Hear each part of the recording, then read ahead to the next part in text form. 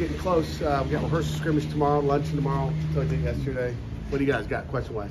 Saw on social media, Caleb Junko went on scholarship. Yeah, I forgot to. Yeah. Caleb Junko on scholarship. Right now, and again, there's always a competition, but right now he'll line up and be our starting punter against Wofford right now. And we'll see how it goes. But he had a great camp, and again, so did Jeff. Jeff had a great camp as well. And it was not easy, but that's kind of the direction we went.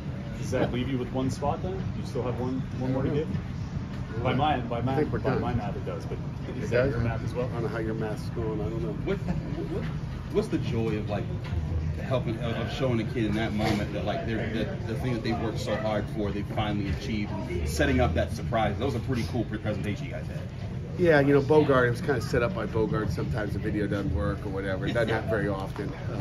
But matter of fact, Coach Partridge said yesterday in his staff meeting, he's like, man, you had me going. I'm like, why is Coach going crazy throwing a pen about the video guy, Because I've really never done that. He's like, he's having a bad day.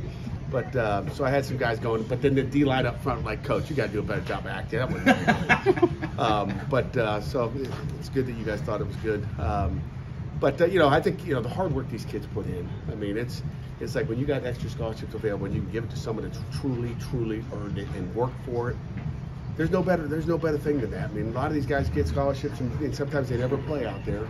But the guys that truly come in here and earn it. And I've said that during camp when guys come in and earn a scholarship working camp, and then those guys that come in and earn it, that way, the way Nick and Caleb have done is there's nothing better than that.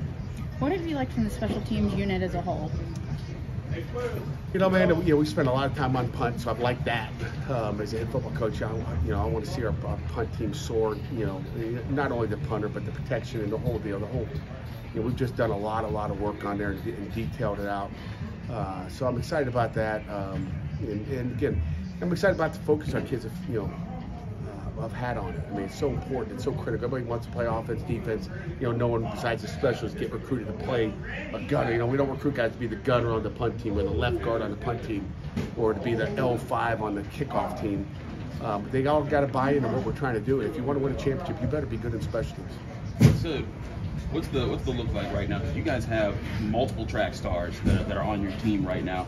Who are the guys that track stars? Yeah, guys that used to run track in high school. You know what I mean. Matter of fact, our track coach is coming today, so that's good. Cool. I was wondering maybe if they're bringing some other guys over, some more speed. No, well, I was going to ask, who are the guys looking like your top returners going into this week one? Well, that's MJ Devonshire for sure, but Bub back there. Bub's a big guy that's fast. Cha is another guy that's back there. Zion Fowler's back there. Izzy Polk's back there. And obviously Rodney Hammond is a kickoff guy. So, has there been a year when you've been here where you came out of training camp thinking one thing about the team, and it just kind of surprised you what actually happened? That the team either didn't live up to, or exceeded expectations? Were you surprised by what you thought? Yeah, Chris, I think we're always surprised. The one great thing about the NFL is you get a little preseason game, you can see them live against another opponent. Sometimes you don't know, is it an offensive weakness or a defensive weakness, what you see. So when you go into these games, you don't know. So I think there's always surprises. There'll be surprises September 2nd that we're going to go, we got to get better at this, we got to fix this, we got to do that. I don't know if I've been surprised by a team, but, there's always situations and things that we have to get better. And, we're always looking for perfection and so there's, we're always going to be surprised by something. In past years, you've had guys like Jimmy Morrissey set tones of like, hey, we're going to set this extra workout plan, this extra film session, and kind of set the tone. Has that been a case where it's kind of the standard now that's carried over with these guys? I think so. I mean, there's a lot of guys in here early. I mean, there's guys in here at 6:30 watching tape with the position coach, which is all voluntary. That's happening already, and I think that we'll see how that goes during the season. That's when it. In the afternoons when we're game planning, getting ready for third down, whatever, those guys are coming in. But I think they see the older guys do it, they start to join them, and then they become the old guys, and they start to bring those guys in. Like the O-line, I think my radio show night, they always have that. That's like their night. They're coming in and grinding videotape out.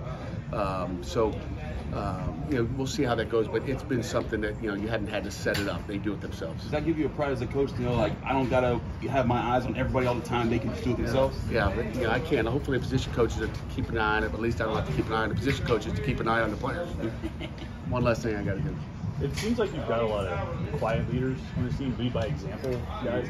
Who gets loud? Do you have some guys who will kind of get loud and take control that way? You know, I think and I hope that all of our starters will lead by example, and then another 5 or 6 on either side of the ball that play a lot, based on different personnel groupings. But some loud guys. I'd say David Green's probably as loud as you get. He's a loud guy. MJ's pretty loud as well. He'll be vocal. Offensively, Daniel Carter's got some voice to him. Bub Means, he'll speak his mind out there. But other than that guy's come to work, and nobody wants to hear someone bark at him all day. They want to see you lead by example. Anything else? Coach, thank All right, you. John.